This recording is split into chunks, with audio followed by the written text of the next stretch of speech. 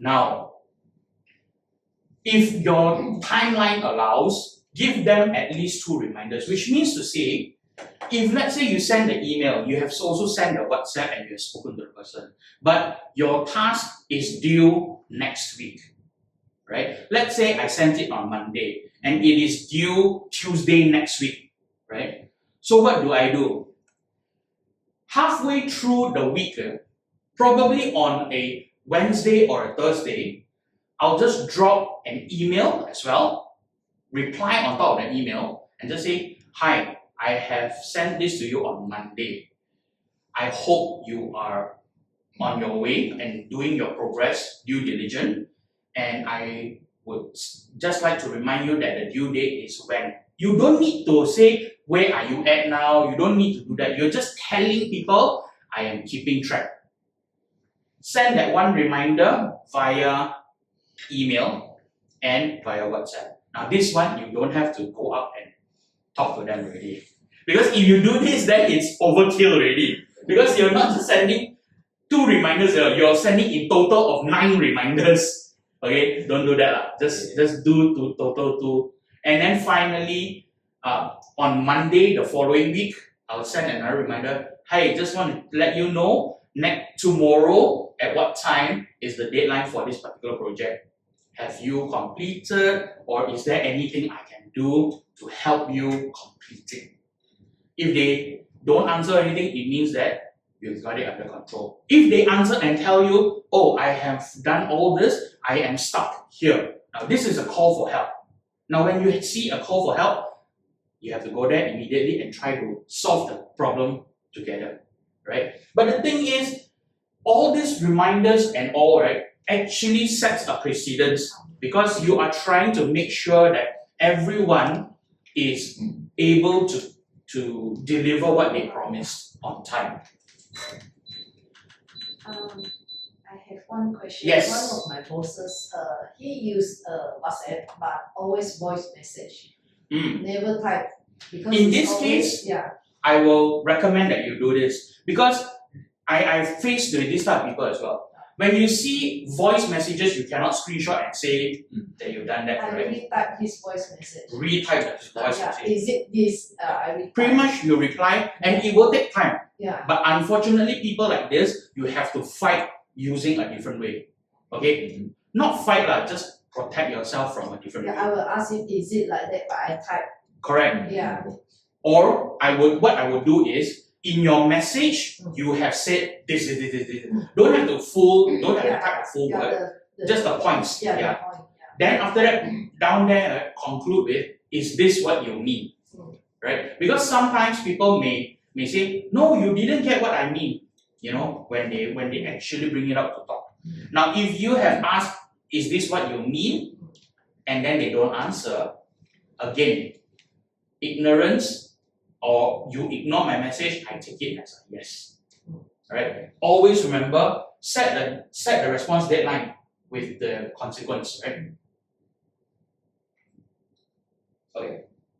Does that answer the question? Yeah. I think importantly, when other people are not going to reply you on using words or anything, right? You will have to need to type it out. Now, again, some people, they will say, all right, after you've typed, is this what you mean? They reply with another voicemail. So, what do? Now, if this is what you feel is correct or anything, right? You reply, thank you for your confirmation. This means that in that voicemail, he said yes. Okay? But if that person deny you, right? If the person deny and say, no, that's not what I mean, but also on voicemail, right? Then you reply, I'm sorry for misunderstanding you. You have to be very open with your sorries. I'm sorry if I misunderstood you. Please let me reiterate, or maybe you can ask them again. Perhaps you can explain to me what I have missed so that I am more informed and I can do accordingly. Make my actions accordingly. When you do things like that, it becomes very rational and very logical.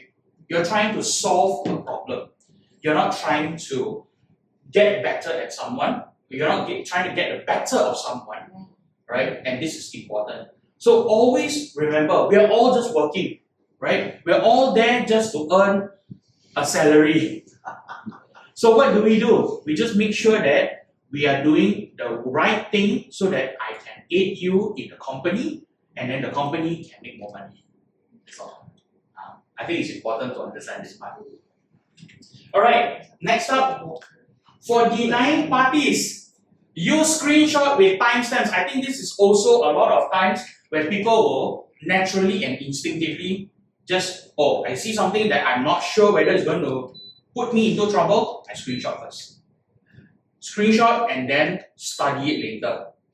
Okay, this is really to make sure that you are covered. Okay, any questions so far on setting countering non-responsiveness? All good? Okay. Now, I always stand by this last point here. Now, it is always better to over-inform than to under-inform and then risk getting hammered for it. So what do you mean by better over-inform? Now this one works best for your superiors, okay? Even before you ask me about how this project is going on, I come up to you and I tell you what is happening in this project. By doing so, people cannot fault you for not trying, because you are showing effort in doing the things that you are supposed to do in the company and trying to deliver what you are going to, let's say, setting an event. You are just letting you know, okay, that the event is ongoing. We are now at the construction of the booth, and soon, in about 2 days' time, they're going to bring the pre-constructed items to the venue and set it up. And the next day, we can move in with our products to set up further. Alright? Over-inform. Before your boss asks, just let them know. Okay? There will be also times where after you inform, your boss probably would have forgotten. Let's face it, your boss does have quite a number of things on your plate. Right? So it's a good thing for you to over-inform, because not only are you informing of what you are doing, you're also making a presence. You're also making sure that whatever you do is recognized by your management. Okay? I think a lot of people don't do this because they themselves tell other people that I've got too much work. I've got no time to come and inform you. Okay? But in most cases, informing or updating will probably take 10 to 15 minutes in your workday. I think it is important. Just go up to them, ask them, are you free? Can I have 10 minutes of your time? Then you start talking. Now, what the course will teach you when it comes to professional workplace, or rather teach your staff, right? Number one is that there must be accountability and responsibility in everything that you say or record down.